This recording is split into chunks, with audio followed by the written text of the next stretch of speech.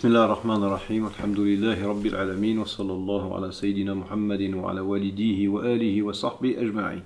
Donc mon objectif devant la caméra, c'est de vous présenter l'institut qui s'appelle l'Institut Ash'arit, que j'ai ouvert récemment, donc depuis l'année dernière, à l'initiative de quelques frères qui m'avaient demandé de le faire pour que l'enseignement traditionnel puisse être répandu autant que faire se peut sur la toile, et de préférence dans un français accessible, parce que souvent, malheureusement, il y a ce qu'on appelle des wa'az ou des ulama qui sont tout à fait compétents mais qui ne s'expriment qu'en arabe.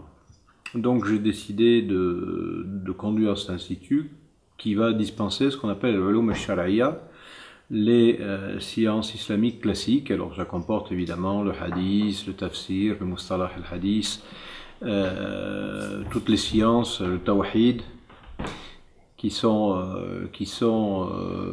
dispensées d'ordinaire dans ce qu'on appelle les madaris al-shar'iyya, les écoles coraniques, ou les écoles juridiques islamiques. Voilà. L'intérêt de cet enseignement par Internet, évidemment, c'est de toucher un plus vaste public possible. C'est aussi de le dispenser, je l'ai déjà dit, dans un français qui soit correct, ce qui malheureusement fait défaut aujourd'hui à un grand nombre de ulama. Et puis se dispenser un enseignement tel qu'il s'est dispensé finalement pendant le XIVe siècle d'islam, c'est-à-dire qu'on tient de son maître, qui tient de son maître, qui tient de son maître, qui tient de son maître, et qui finalement la chaîne remonte jusqu'à Sayyidina Nabi, jusqu'au prophète, un enseignement dans une matière donnée, dans une matière précise. Bon, cela étant, on me dirait, qu'est-ce qui peut justifier de l'intérêt des musulmans, voire même des non-musulmans, pour un tel enseignement? Je pense que tout simplement aujourd'hui en France, on manque des bases. Quand vous demandez à quelqu'un quels sont les attributs divins, si vous prenez un musulman de base qui n'a pas reçu un minimum d'éducation religieuse, il ne sait pas ce que c'est les attributs divins. Il faut d'abord lui expliquer que ce sont les qualités divines, que ces qualités divines sont énumérées dans le Coran, qu'il y en a certaines qui sont plus primordiales que d'autres. Donc tout ça sont des choses à savoir qu'on ne peut pas deviner, on ne peut pas les inventer. Et cet enseignement de base, autrefois, était communiqué à tout le monde, c'est-à-dire aux enfants, par le biais de la famille, par le biais justement des professeurs, par le biais des mosquées, et cet enseignement, en France, a tendance à se perdre.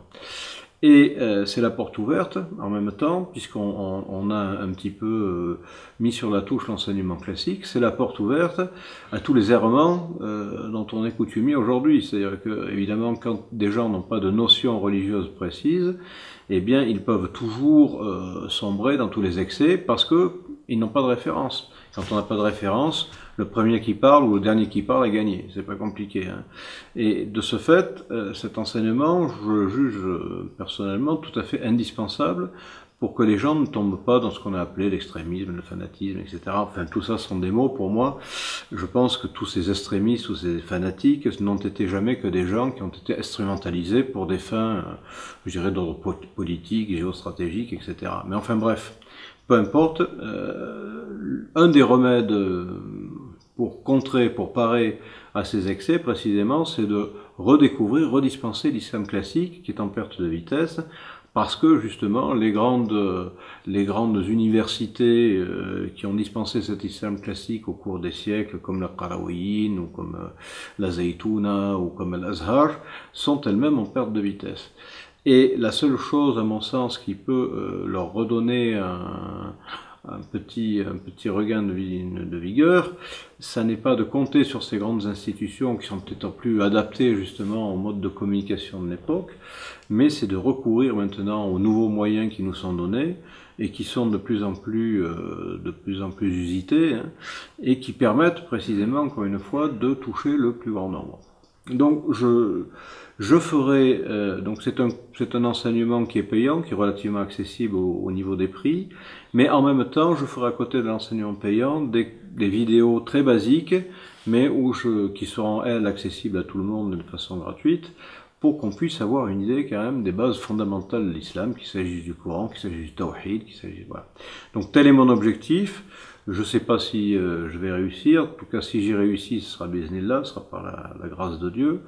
Et puis, ce que je pourrais transmettre de bon, bien c'est ce que j'aurais moi-même appris de mes maîtres. Et si jamais il y a des erreurs qui se glissent, eh bien les erreurs ne viendront que de moi. Et de toute façon, al-kamal ou lillah, la perfection n'appartient qu'à Dieu.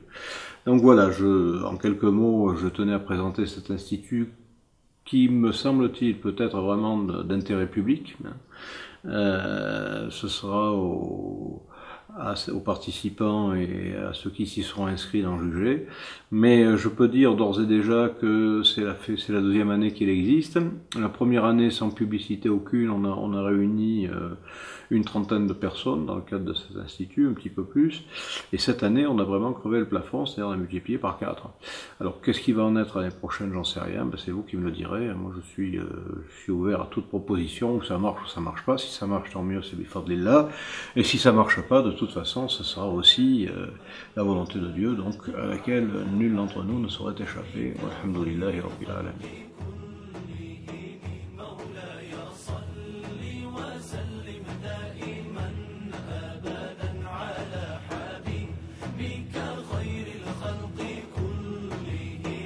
محمد سيد الكونين والثقلين محمد سيد الكونين والثقلين محمد سيد الكونين والثقلين. Et est-ce que vous trouvez pas ça un peu orgueilleux de parler de ministère?